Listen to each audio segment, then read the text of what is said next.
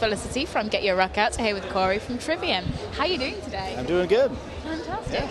Like, you have a smile on your face, which is unusual for like this time of day in a festival. Well, I haven't been here all weekend, so...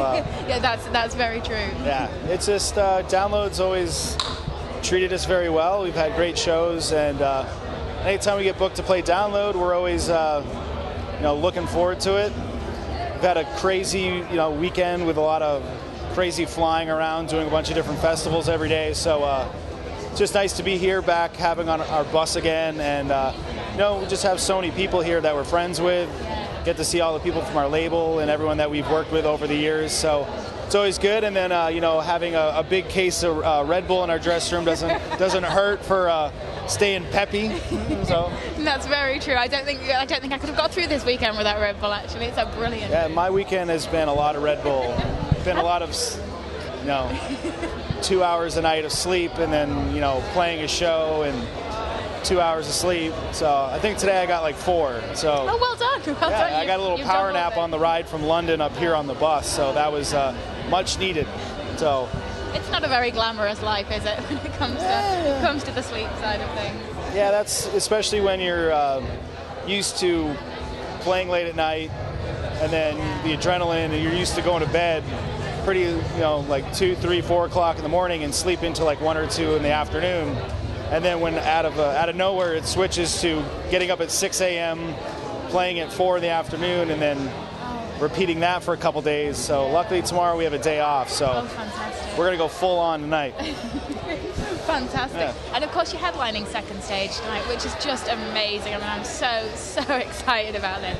I think so many people have said that that you are like one of the main draws of the weekend as well. You must be so looking forward to the set. Yeah, it's we were pretty stoked. Just to play. We were going to do something else for Download, kind of do something we haven't done before. Was like. Oh really? Yeah, because we've done the main stage like 3 times, and then we headlined the second stage before, and then with all the scheduling and everything, when it came down to hearing from Download about playing, there was like kind of like the whole schedule was booked up. So we're like, well, we could do something cool. We were going to play like the small tent stage as like just like a small intimate show, and just go kind of punk rock, and just make it like a really small intimate show at Download. And then something happened where they came back and said that they needed someone to headline the second stage, and we're like, that's cool too. And, if you insist, sort of thing. Yeah, and so we're bringing, this is our last show in the UK for quite a while. So it'll be the last time people get to see us for probably a year and a half maybe. So we brought some of the bells and whistles, so last time they see us for a while, they'll see a big show. That sounds absolutely fantastic. Looking forward to blasting everyone with some CO2 and some stream and stuff. Brilliant. Well, I'm hugely looking forward to that, to say the least. And I mean, it's been quite a difficult kind of month for you guys as well. Luckily, we had to make a switch right in the middle of a tour on a day off, and luckily we had our drum tech, who's a killer drummer, and we asked him to step in and play some shows with us, and he learned the whole set in a night. What? And then, well, not the set we're playing tonight. It was a shorter set on the tour. I was gonna say that's quite impressive. To get to Download, we were kind of adding songs in, but stepped in and helped us out. Didn't miss a beat, and he's been settling in great. Before he played with us, he had never really played in front of people before, so he got kind of thrown into the fire, and he's been doing great, settling into the just being on stage in front of people.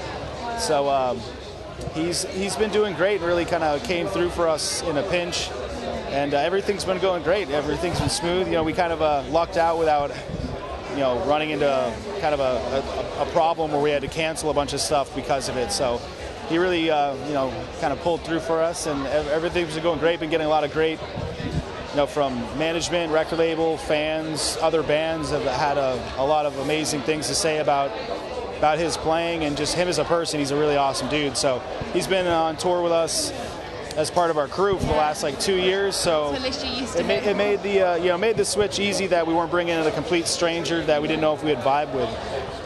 That makes sense. Knowing him and living with him for a couple of years, you know, you kind of know if you can really get along with a person if you're crammed on a tour bus for months at a time. So it was the easiest thing out of the situation we had. It was the most comfortable we felt being able to pull it off was to ask him to do it, and he's, you know, his report card's been very good. And so, I mean, is this a permanent thing? Is he a permanent fixture, or have you not really spoken about the future? Oh, you know, we're just kind of don't want to rush in anything. You know, he was going to be with us, you know, teching anyway. So he's, you know, we have a lot of touring for the rest of the year. So he's been doing great so far. He keeps getting better the more he gets comfortable with this, you know, being on stage, and so everything's been great so far. So we don't really see any need to mix anything up right now. But you know, we're just taking it baby steps. So he's going to be playing with us for a while, but you know, nothing like an actual permanent member at this point. But you know, he's definitely our live drummer for the foreseeable future. So we'll just kind of make it through this album cycle and kind of see where things take us when the dust settles, so to speak. And of course, I mean, this is like, I mean, Vengeance Falls has been out like a year or so now. It was out last year, and so we're still touring this. It came out in mid-October. Yeah. So things have been, especially in the States, the last few months, the record's really picked up, and it's been definitely doing really well at radio and a lot of other places around Europe and stuff. So it's definitely playing the songs live is definitely kind of reached a lot of new people, which is fantastic. So just, you know, kind of hitting everywhere that we're hitting, and then, you know, this is our last European tour.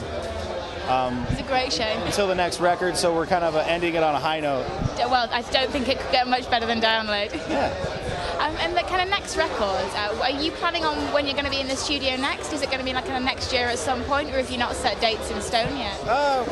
Anytime we set a schedule, you know, there could be some wild card thing that changes it, but at this point right now, the idea is to start, we tour up until December, and then like some point in January starting, not actually recording it, but like pre-production and stuff, and hopefully February, March time frame actually like start tracking it. We have a lot of stuff that we've been working on it for the last year, like writing ideas and putting things together. So once we're done touring, we can kind of focus in on what direction we're going for, and what songs that we're working on are really kind of popping out as the interesting ones. So yeah, we're you know, we work pretty fast in the songwriting stuff. So hopefully, if everything goes to plan, we'll have like a new album out sometime like September next year. Fantastic. At the earliest, unless something crazy happens. I don't see it. Well, that's really good, and it's great that even though you kind of swap drummers, that there's still definitely going to be another album, and there's no doubt in your mind about that. Yeah, that's good to hear. Yeah, Paul and Matt and I, you know, write all the tunes, and great thing with technology is you can program drums if you need to, which we all do anyways, to just present our ideas in a proper song form to each other, so everyone gets it. But you know, as long as we have like the songs, the melodies, the vocals and stuff like that, the drums, you know, shouldn't be. It's not a make or break thing to have a drummer to write. Dream Theater wrote a record without a drummer in the band, so you know, why can't you do the same? It's possible. So you know, we always write on our own, and then we kind of collaborate on all this stuff. So when we need to get a drummer in, you know, we get a drummer in to record the record. But you know, that's not going to, you know, kind of hold us up with you know, getting the songs written. So but I'm really we won't glad. have to wait a long time. So well, that makes me very happy indeed. Thank you so much for having a chat today. It's been a massive pleasure. And yeah, we'll really look forward to this set later. I think it's going to be spectacular. Yeah, I'm pretty stoked on it. So thank you so much. Thank you.